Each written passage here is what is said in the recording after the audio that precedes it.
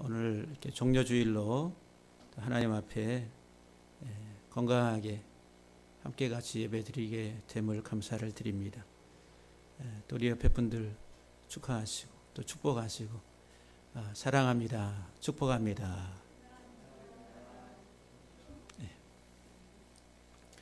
너무도 좋은 따스한 봄날인데 사회가 코로나 때문에 꽉 이렇게 지금 모든 것이 스톱이 되어 있는 이런 상황입니다.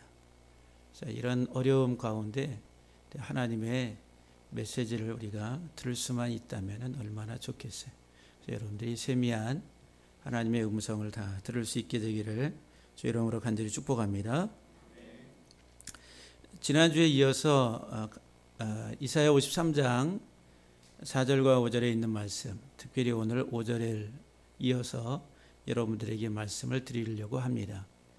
우리 대신이라, 이렇게 우리 대신, 제목을 우리 대신 한번 따합시다. 우리 대신.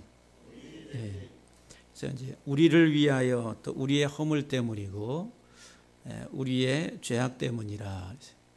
예수님이 이 땅에 오셔서 십자가에 죽으셨는데 그 십자가의 죽으심은 우리 때문에, 나를 대신해서, 우리를 대신해서 죽으신 것이다. 자기 때문이 아니라 우리 때문에, 이제 나 때문에, 가장 좁은 범위로 얘기하면은 나 때문에. 한번 따라합시다. 나 때문에. 나를 위해서 누가 죽어준다라고 할 때 얼마나 우리가 감사하겠습니까?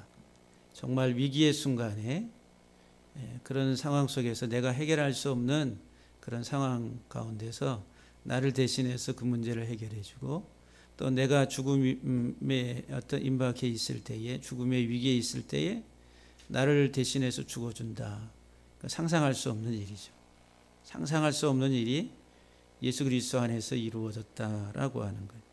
오늘 본문에도 보면은 그가 찔림은 우리의 허물 때문이요 그가 상함은 우리의 죄악 때문이라. 그러니까 예수님이 찔리시고 상하신 것은 우리의 허물과 우리의 죄악 때문이다. 그러니까 나의 허물, 나의 죄악 때문이다 라고 말씀합니다. 그러니까 예수님은 자기 자신 때문이 아니라 나 때문에 찔리시고 상하시고 또 징계를 받으시고 매를 맞으시고 고난을 당하셨다라고 하는 거예요. 우리가 다시 한번 이 고난의 시절에, 그리고 이 고난 주간에 주의 고난을 다시 한번 생각할 수 있기를 간절히 소망합니다. 오늘 본문을 보면은 그가 찔림은 우리의 허물 때문이요. 그래서 그의 찔림이라고 하는, 찔림. 여기 찔린다라고 하는 말은 관통한다 이 말이에요. 창을 가지고 던져서 심장 폐부를 관통하는 것. 화살을 쏴서 화살이 심장 폐부를 관통하는 것. 그리고 총을 쏘면은 총상을 입었을 때 여기 우리의 앞에 이 배를 뚫고 지나가요. 총알이. 근데 여기에는 그 총알만한 구멍이 생기는데 요 뒤에는 구멍이 얼마나 크게 이렇게 이제 회전을 합니다. 총알이. 그러면서 이 파고 들어가면서 더 이렇게 확산이 돼요. 앞에 구멍은 총알만하게 조그마한 구멍인데 뒤에서는 뻥 뚫려 버리는 거예요. 나선형으로 이렇게 돌면서 총상을 입힌다라고 하는 거예요. 여기 할랄이라고 하는 관통하다라고 하는 말이 그런 말이에요. 내부에 이렇게 나선형으로 이렇게 돌아간다라고 하는 관통이. 총상을 입히고 또 고대 사회에서는 창을 던지고 활을 쏴가지고 그 신체를 관통한다라고 할 땐 죽음이라는 거, 죽음. 죽는다라고 하는 거예요. 그러니까 이 찔린다 이 말은 죽음이에요, 죽음. 단순히 어떤 가시에 조금 찔리고 어떤 그런 철거상을 입고 하는 그런 용어가 아니라 그냥 죽음입니다. 그의 찔림은 이 말은 그의 죽으심이라는 거, 죽으심. 살 수 없는 그런 하나의 그 총상, 관통상을 입었다라고 말씀을 드릴 수가 있어요. 그리고 이 할랄이라고 하는 관통하다 이 말은 죽음에 이르게 하는 거예요. 결국은 이 창이 들어가고 활이 들어가고 총알이 들어가면은 죽음에 이르게 되는, 죽음에 이르는 병과 같다. 결정적인. 우리가 오늘 우리 사회에 있어서 얼마 전까지만 해도 암 그러면은 살 수 없는 죽음에 이르는 병이다. 이렇게 우리가 인식을 했습니다. 그래서 암 걸렸어 그러면은 이제 살 수 없는 것처럼.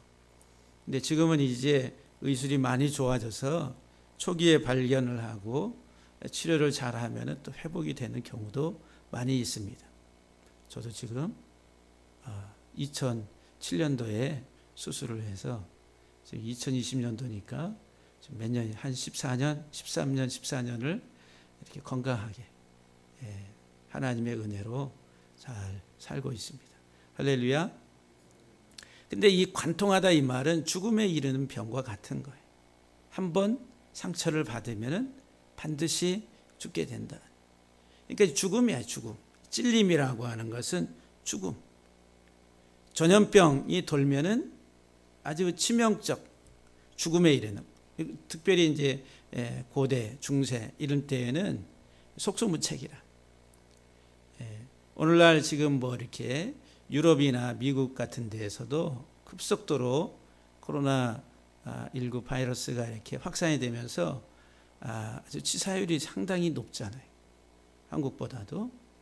근데 이제 어떤 이제 뭐 젊은이들 같은 경우에도 갑자기 돌연사 하듯이 이렇게 숨지기도 하는 이런 일들이 발생하고 있다는 거예요.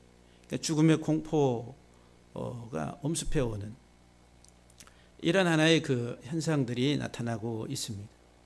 그러니까 이 전염병 자체도 하나의 죽음과 같은 거, 죽음.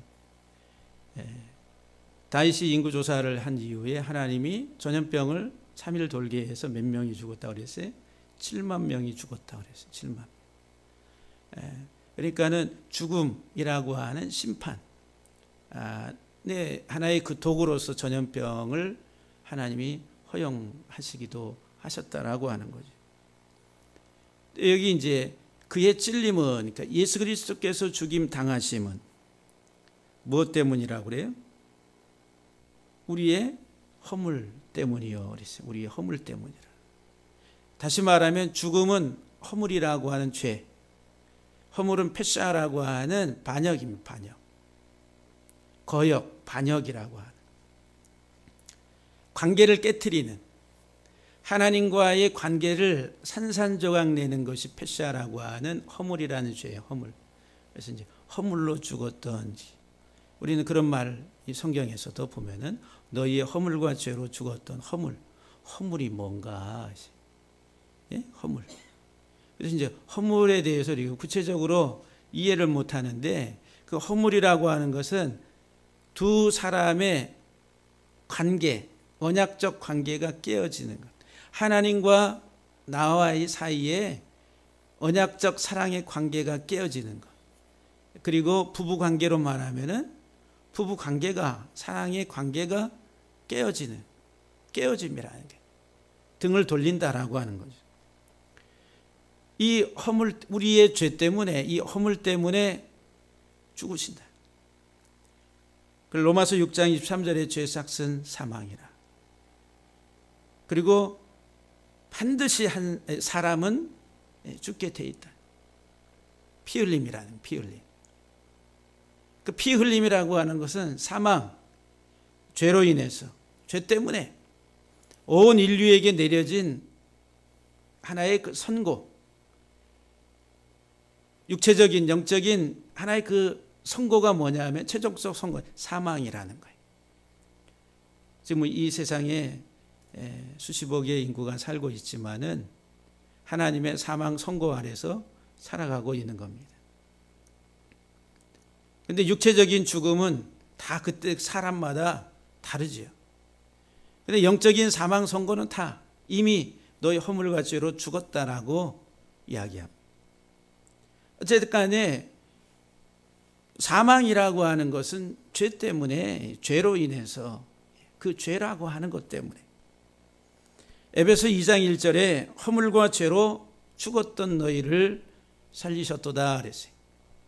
이미 죽었었던, 뭐로 인해서? 허물과 죄로 죽었던, 과거형입니다. 이미 죽었던 너희를 예수 그리스도 안에서 살리셨다. 이것이 영적인 것을 말하는 거예요. 오늘 저와 여러분들이 예수 그리스도를 나의 구주로, 나의 생명의 주로 우리가 고백하고 받아들이는 그 사람들만이 영적으로 지금 살아있다는 거예요. 너희 허물과 죄로 죽었던 너희를 살리셨도다. 그 육적인 것은 언젠가는 우리가 때가 되면은 죽게 돼 있어요. 끝나게 돼 있습니다. 근데 영원한 생명을 우리가 이 세상 사는 동안에 우리가 갖고 그것을 누리고 살아가느냐라고 하는 것이 아주 중요한 거죠. 골로새서 2장 13절에도 보면은 범죄와 육체의 무할례로 죽었던 너희를 하나님이 그와 함께 살리시고 그랬어요. 범죄와 육체의 무할례로 너희가 죽었었다라고 말해요. 그런데 예수 그리스도와 함께 살리셨다라고 말씀합니다. 그리고 또 디모데전서 5장 6절에 보면은 향락을 좋아하는 자는 살았으나 죽었느니라. 이 세상에 취해 살아가는, 이 세상 향락에 취해 살아가는 이 세상의 향락을 좋아하는 자들은 육적으로는 살았으나 죽었느니라. 이렇게 말씀합니다.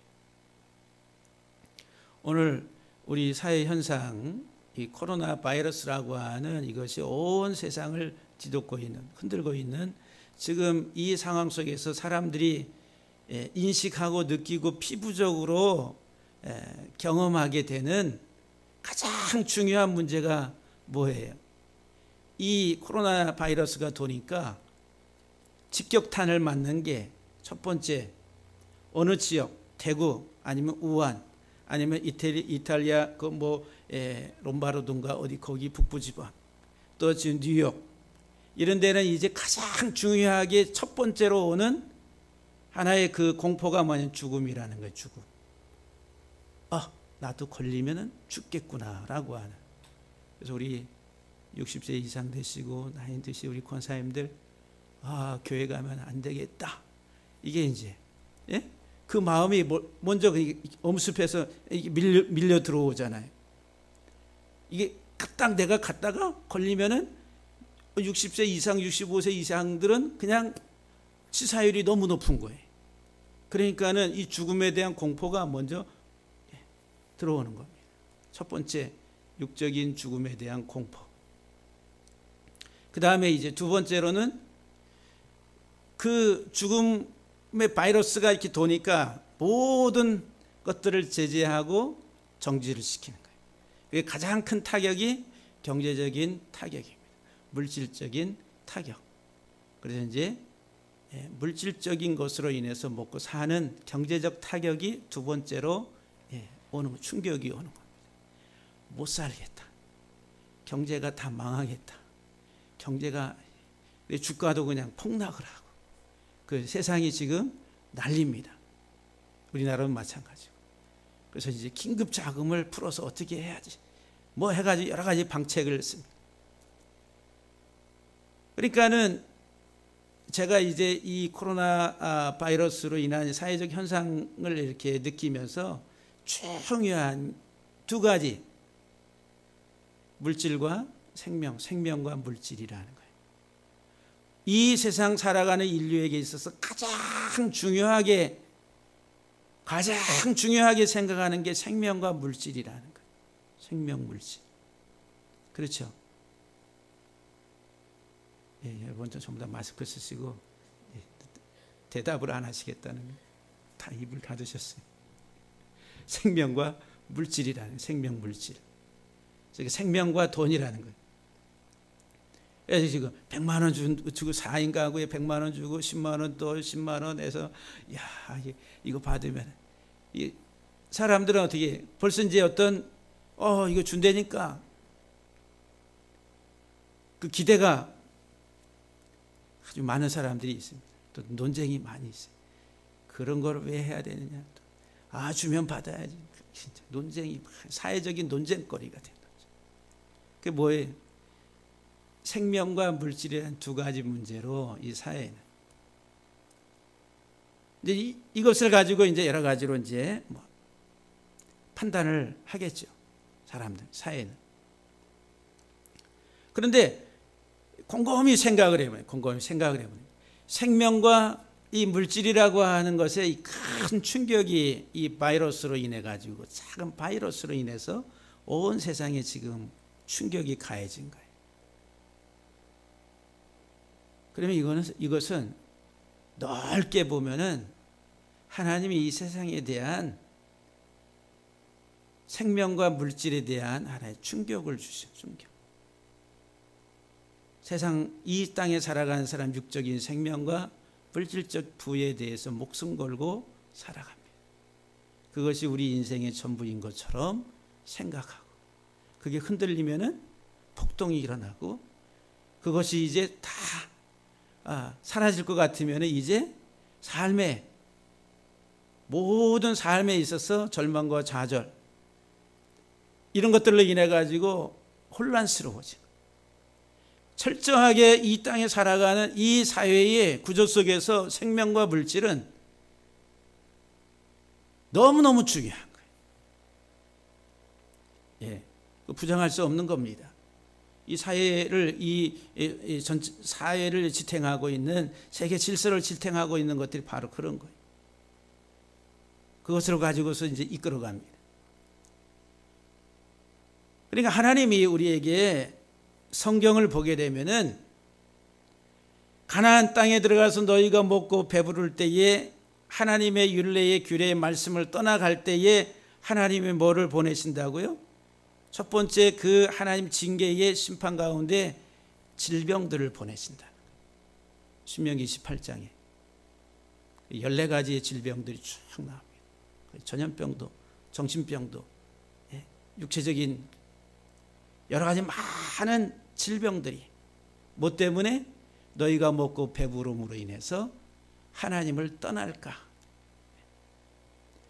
물질적 우상, 세상적 가치, 이런 것들이 더 소중하게 느껴질 때에, 더 그것을 중요하게 붙잡고 갈 때 하나님 그걸 흔드시는 거예요.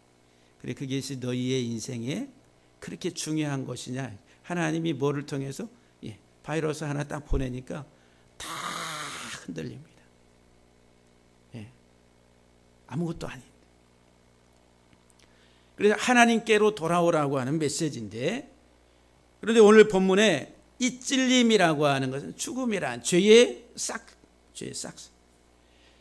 세상의 향락을 좋아하는 자는 살았으나 죽었느니라. 그래서 너희 허물과 죄로 죽었던 너희라, 이렇게 말씀합니다. 예수 그리스도께서 찔리시는 것, 십자가에서 죽임을 당하시는 그 이유가 뭐냐 하면은 죄의 싹을 지불하시는 거예요. 우리는 그 죄의 싹을 내가 스스로 지불할 수 없기 때문에 어떻게? 내 대신, 나를 대신해서 값을 지불하신다라고 하는 거예요. 할렐루야. 내가 할 수 없는 그 일을 오직 예수 그리스도만이 십자가에서 찔림을 당하심으로 우리의 죄값을 지불하셨다라고 하는. 여기 이제 이 찔림을 당한다라고 하는, 찔린다라고 하는 이 표현이 뭐냐 하면은, 이 죽임을 당하는 이 심판인데, 이것은 하나님의 부재를 경험하는 거예요. 하나님이 없다라고 하는 거예요. 하나님께로부터 떨어져 나가는 고통을 말합니다. 예수님께 십자가에서 돌아가실 때에 마태복음 27장 46절에 보면은 엘리 엘리 라마 사박다니, 나의 하나님 어찌하여 나를 버리시나이까. 하나님의 임재로부터 떨어져 나가는 가장 공포스러운 하나님의 심판이 뭐냐면은 하나님의 부재라고 하는 거예요. 그게 하늘날이라고 하는 관통하다, 죽임을 당하는 것, 죽는 것, 그건 하나님의 부재의 상태로 들어가는 것 같은 거예요. 은혜의 하나님, 긍휼의 하나님, 사랑의 하나님이 계시지 아니하는, 다시 말하면 그 하나님을 경험할 수 없는 곳, 그것이 죽음이요 음부요 지옥이라고 하는 거예요. 부자 나사로가 죽었을 때에 어디 음부에 가서 거기는 하나님의 긍휼과 자비가 없어요. 목마름의 상태. 나사로의 손에 물 한 방울 찍어서 내 혀의 끝에 찍어서 내 떨어뜨렸으면 좋겠다라고. 그런데 그런 긍휼도 없다라고 하는, 하나님의 긍휼과 자비가 단절돼 버리는 곳, 이게 할랄이라고 하는 찔림을 당한다라고 하는 관통상. 저와 여러분들이 마지막 최종적 심판, 죄 아래서 죽음의 상태에 이르러야 될 그 상황을 주님이 십자가에서 찔림을 당하심으로 엘리 엘리 라마 사박다니, 나의 하나님 나의 하나님 어찌하여 나를 버리시나이까. 나의 창조주 나의 아버지 하나님께로부터 영원히 단절되는 그 고통을 주님이 십자가에서 맛보시고, 그것은 주님만이 우리를 대신해서 하실 수 있었던 일이다라고 하는 거예요. 그게 우리의 허물 때문이라고 하는 거예요. 하나님과의 관계를 산산조각내 그 죄악, 반역, 거역 때문에. 사랑하는 성도 여러분들, 깨어짐의 관계를 다시 회복시키기 위해서 하나님과의 관계가 어긋나고 깨어진 우리들의 하나님과의 관계를 다시 정상으로 회복시키시기 위해서 주님이 우리를 대신해서 찔림을 당하셨다라고 하는 거예요. 할렐루야. 사랑하는 성도 여러분들, 오직 주님만, 오직 우리 아버지 하나님만을 온전히 사랑할 수 있게 되기를 주 이름으로 간절히 축복합니다. 세상껏 사랑하고, 지난주에 말씀을 드렸지요. 온갖 모든 죄악들이 무엇으로 이 세상을 사랑함으로 말미암아 이 세상에 들어오게 되는, 우리의 삶 속에 들어오게 됐다라고 하는 거예요. 온 마음 다해 온 힘 다해 주님 사랑하라고 시시때때로 또는 어느 시대 어느 어떤 상황 속에서 하나님이 이 세상 가운데 때로는 풍랑을 일으키시고 파도를 일으키시고 이런 역경을 우리 이 사회 속에 허용하심으로 인해 가지고 하나님께 눈을 들어 하나님께 향하라고 하는 하나의 메시지라고 하는 거예요. 우리의 소망이 세상의 것에 있지 아니하고 하나님께 있음을 깨달으라. 오늘 두 번째 보면 그의 상함은 우리의 죄악 때문이라 그랬어요. 한번 따라합시다. 그의 상함은 우리의 죄악 때문이라. 예수님이 상하심은 우리의 죄악 때문이라 그랬어요. 그러니까 예수님의 상하심은 예수님 때문이 아니라, 자신 때문이 아니라 우리의 죄악 때문이라 그랬어요. 여기 상하다 이 말이 딱하라고 하는 말이, 딱하, 부서지다 이 말이 산산조각나다라고 하는, 깨어지는, 부서지는, 으깨지는, 가루로 이렇게 으깨어지는, 이것도 하나의 그 죽음을 말하는 것이죠. 맷돌에다가 콩을 갖다가 갈아버리는, 으깨버리는, 아주 산산조각 가루로 만들어버리는, 분쇄하는 거예요. 분쇄. 이게 이제 상함이라고는 가루로 만들다 이런 말이에요. 그런데 이 가루로 만들다라고 하는 이 다카라고 하는 말씀 속에는 으깨어지고 깨어지고 부스러짐은 어떤 영적인 의미를 우리에게 주냐면은 회개라는 거, 회개하다, 깊이 뉘우치다 이 말이에요.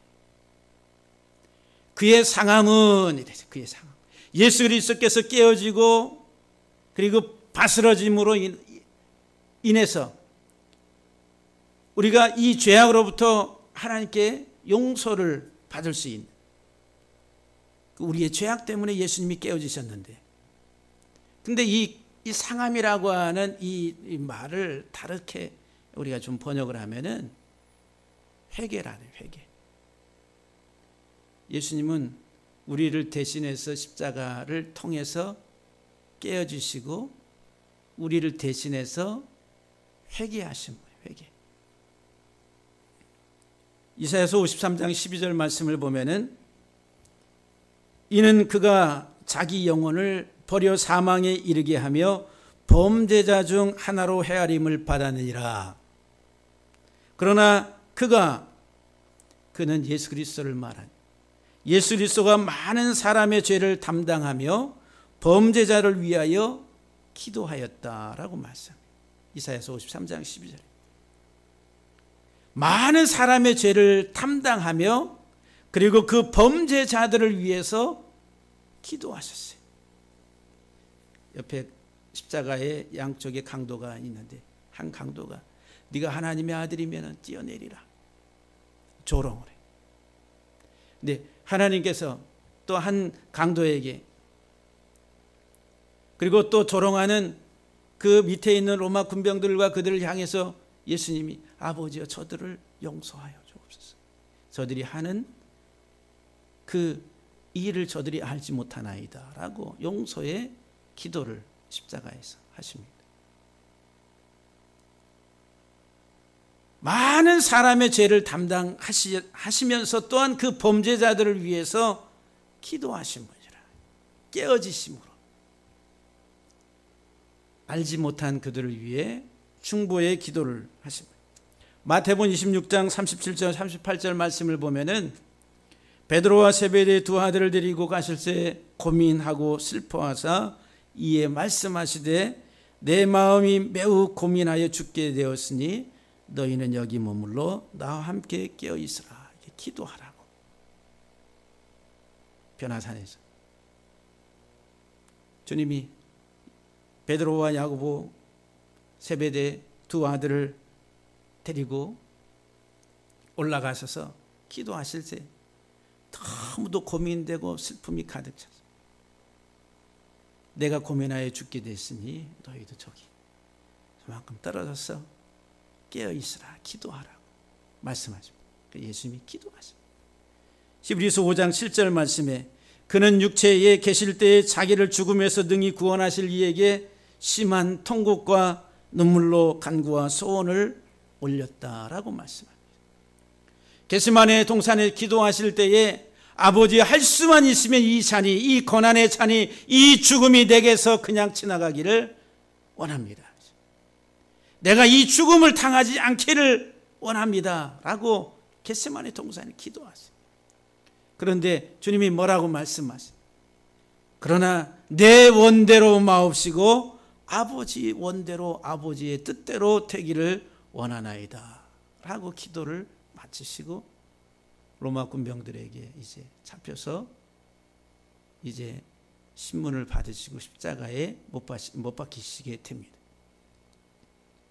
내 원대로 마옵시고 아버지의 원대로.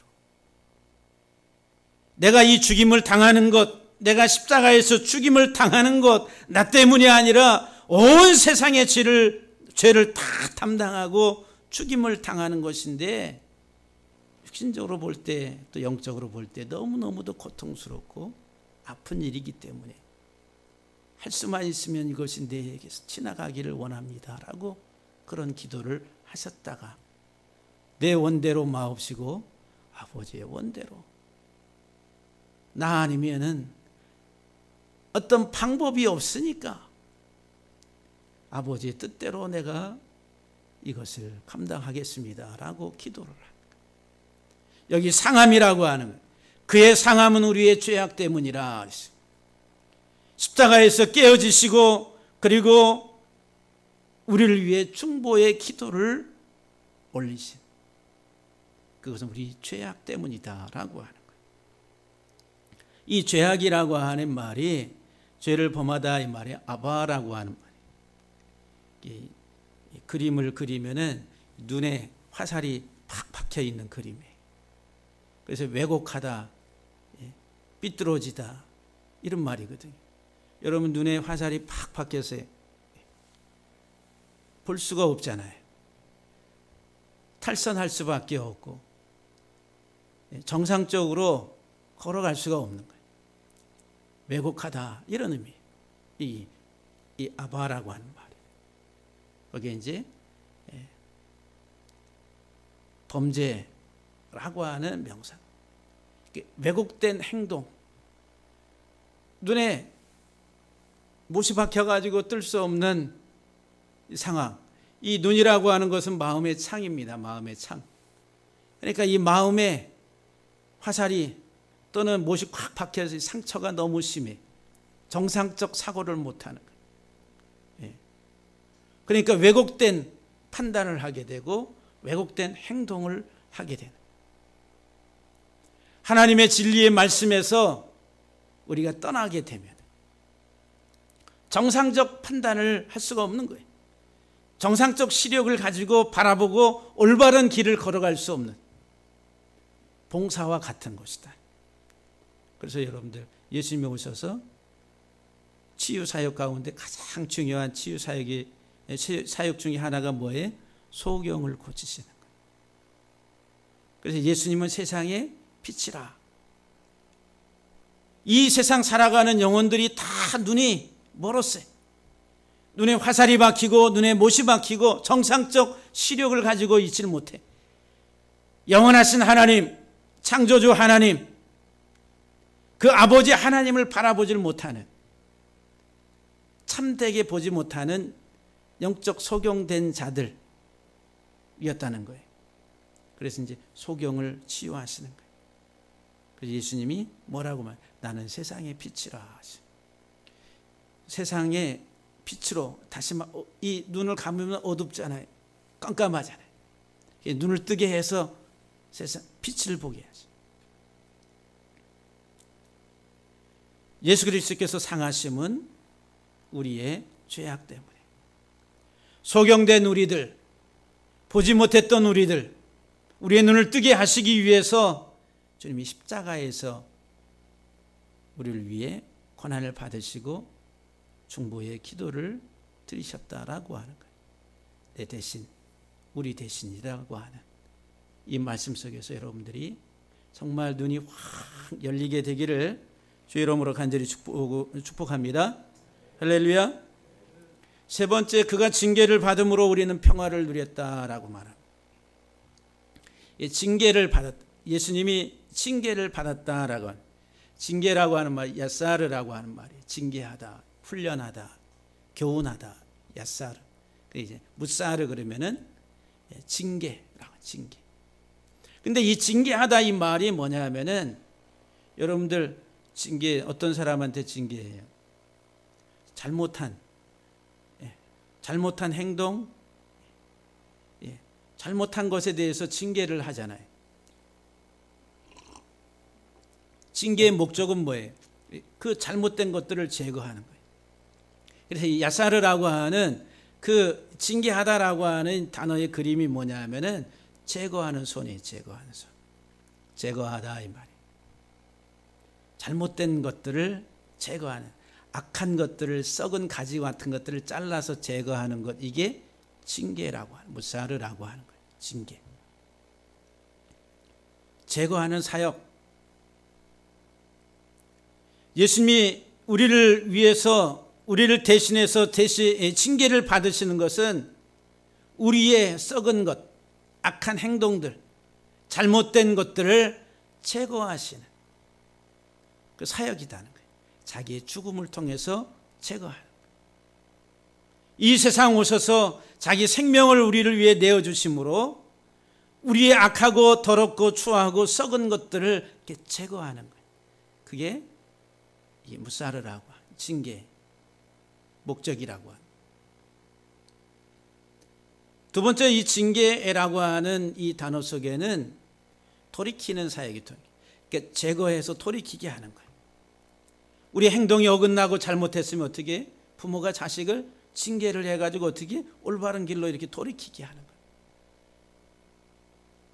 이 징계라고 하는 그 단어 속에는 단순히 어떤 책벌만 가하는 것이 아니라 옳은 곳으로 이렇게 돌아오게 하는 사역이다라고 하는 거예요.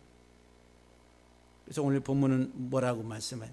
그가 징계를 받음으로 우리는 뭐를 누린다고요? 평화를 누린다라고 말합니다. 이 본문의 말씀을 직역하면은 우리 평화의 징계, 우리 평화를 위한 징계라고 하는 거예요. 내가 평화를 누리기 위해서 예수님이 징계를 받으신. 근데 이 평화라고 하는 샬롬이란 샬롬. 예수님은 평강의 왕이래. 사르 샬롬이. 사르는 왕, 샬롬 평강. 예수님의 탄생에 대해서 예언을 하면서 이 선지자가 평강의 왕이요 그랬어요. 평강의 왕이라. 예수님은 평강의 왕.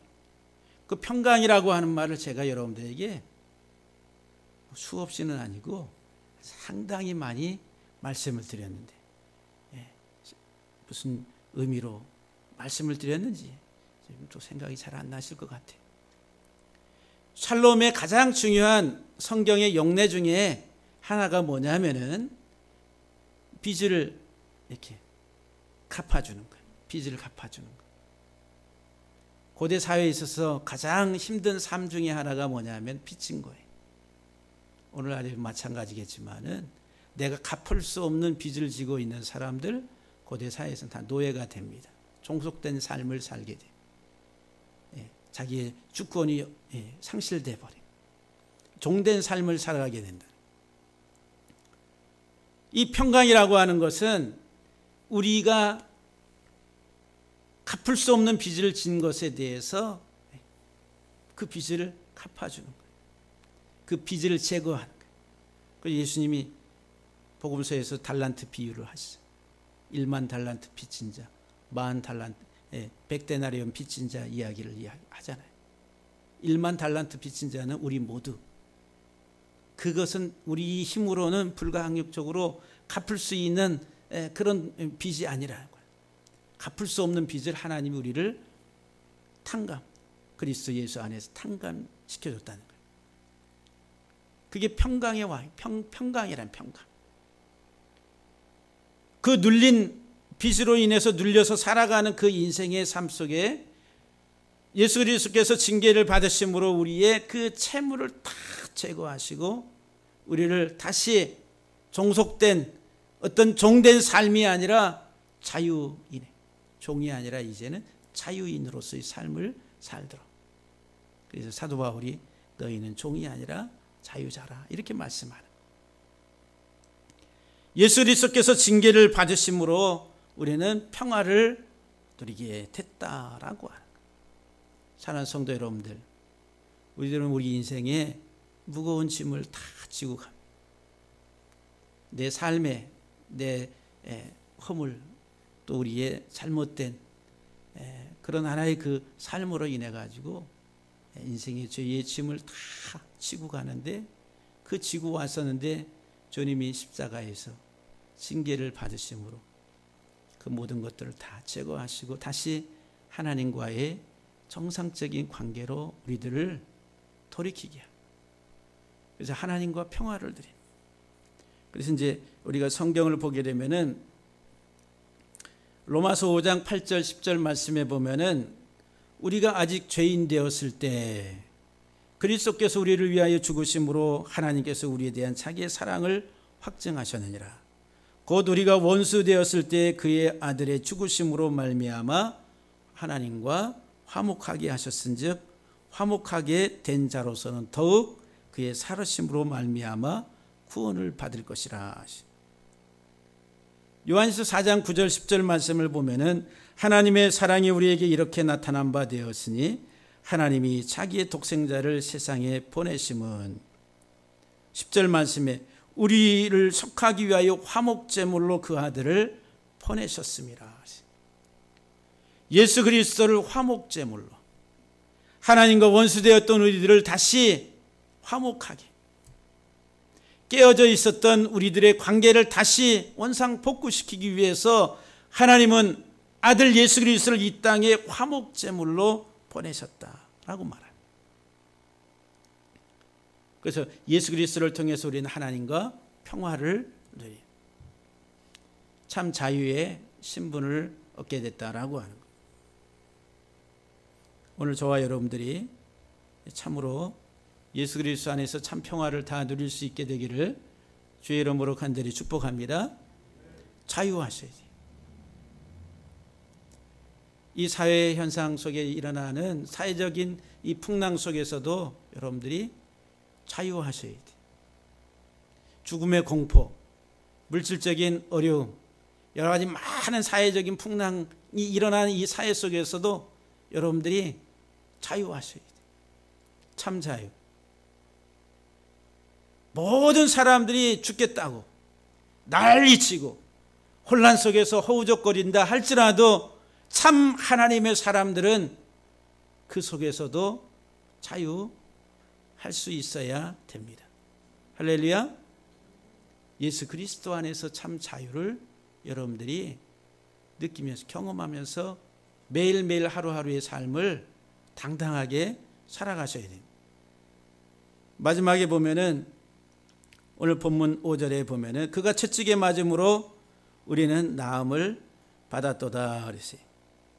그가 채찍에 맞음으로 우리가 나음을 받았다라고 말씀합니다. 이 채찍이 뭐냐 하면 원래 이 채찍이라고 하는 이 단어 상처라고 하는 그 채찍 상처라고 하는 이 의미인데 이 동사의 어원이 뭐냐, 이 단어의 어원이 뭐냐면은 연합하다, 결합하다 이런 말이에요. 연합하다, 결합하다. 둘을 이렇게 하나로 이렇게 묶는 겁니다.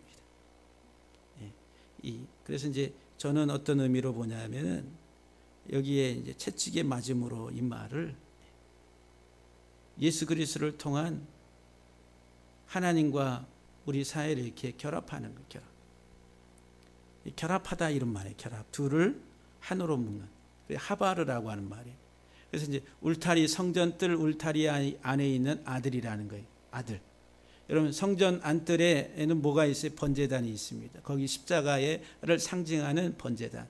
어린 양을 잡아서 희생의 제물로 드리는 번제단이 있는 거예요. 그 뜰 안에 그 어린 양을 잡아 희생을 드리는 그것을 통해서 하나님과 결합이 되는 거예요. 하나가 된다라고 하는 거죠.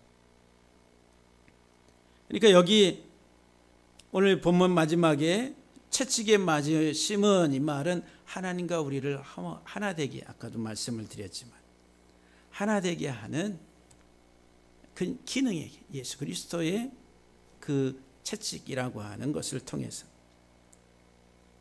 그래서 예수 그리스도의 그 죽으심을 통해 가지고 저와 여러분들이 하나님과 하나됨으로 묶여져서 나음을 온전히 치료가 됐다라고 하는 거예요. 나음을 입었도다 하셔. 그래서 하나님은 누구시냐면은 치료자, 라파라고 하는 치료자, 여호와 라파. 여호와는 우리의 치료자라고 하는 거예요. 하나님 우리의 치료자시라 그랬어요. 여러분들이 지금 우리 사회 속에 이런 바이러스로 인해서 많은 질병 또는 죽음에 대한 공포 이런 것들로 우리의 삶이 위축되고 그러면서 여러분들이 얼마나 지금 이 정부의 시책을 따라서 거리두기 운동 그러잖아요. 여기 2m 이상 거리두고 마스크 쓰고 손을 깨끗하게 닦고 그래서 이제 이렇게 하십시오.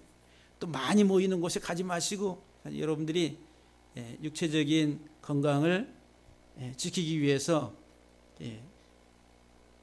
한마디로 말하면은 하나의 분리라는 거, 분리, 격리, 분리돼서 자기 몸을 자기가 잘 지켜야 된다라고 하는 거예요. 거리두기라고 하는 게.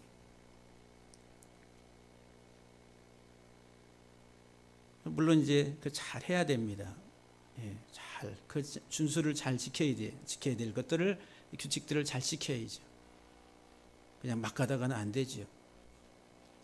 영적으로도 마찬가지. 우리가 정말 이 세상과 나는 거리두기를 잘 해야 되는데 우리들은 찰떡궁합이 돼서 살아가요. 그래서 하나님이 이 거리두기 연습을, 육체적인 한 생명의 건강을 가지고 거리두기 연습을 시키는, 그래서 여러분들이 영적인 것을 그것을 통해서 바라볼 수 있었다면 얼마나 좋을까.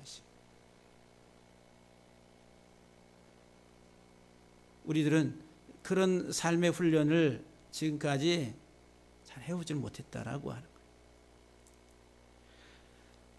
우리가 하나님과 화목하고 하나님과 하나 되고, 그로 인해서 하나님의 치유와 하나님의 생명의 복을 누리는 삶을 우리 풍성하게 누려야 되는.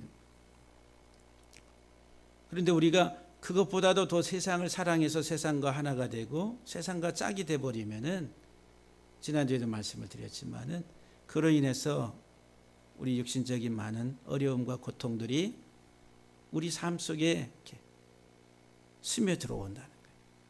순간순간. 또 하나님이 그것을 허용하셔서 이렇게 한 번씩 흔들어요. 뭐 하라고? 이 세상 것과 거리두기 하라고. 세상에 취해 살아가는 우리의 인생의 삶 속에서 하나님을 더 가까이 하며 하나님께 온전히 하나됨을 위해 살아가기 위해서 세상과 거리두기 하며 살아야 될 것에 대해서 자각하게 하시기 위해서 한 번씩 보내시는 거예요. 그럼 여러분들이 이런 위기 때마다, 이런 어려움 속에서 우리가 더 하나님과 가까이 하며 세상과 거리두기 하는 삶으로 나아가야 되겠다라고 하는 이런 생각들을 하셔야 된다는 거예요. 주님이 십자가에, 이 땅에 오셔 십자가에 못 박히신 것, 지금 이 사회적인 용어로 말하면은 세상과 거리두기 하라고 하는 거예요. 세상과 합해서 살아왔던 우리 인생에 주님이 비집고 들어오셔서 그것을 떨어뜨려서 세상과 짝되었던 너희들이 이제는 하나님과 짝이 되고 세상과 거리두기 하며 살아라. 그 말씀하십니다. 근데 이걸 깨닫지 못하고 우리들은 오히려 더 세상의 것으로 논쟁을 하고 다투고 싸운다라고 하면은 소망이 없습니다. 우리 사회 속에, 특별히 우리 그리스도의 하나님의 사람들이라고 한다고 한다면은 더욱더 우리들은 세상과 거리를 두며 주와 하나 되어서 살아가는 삶의 훈련들을 잘 감당할 수 있게 되기를 주의 이름으로 간절히 축복합니다. 할렐루야. 기도하시겠습니다.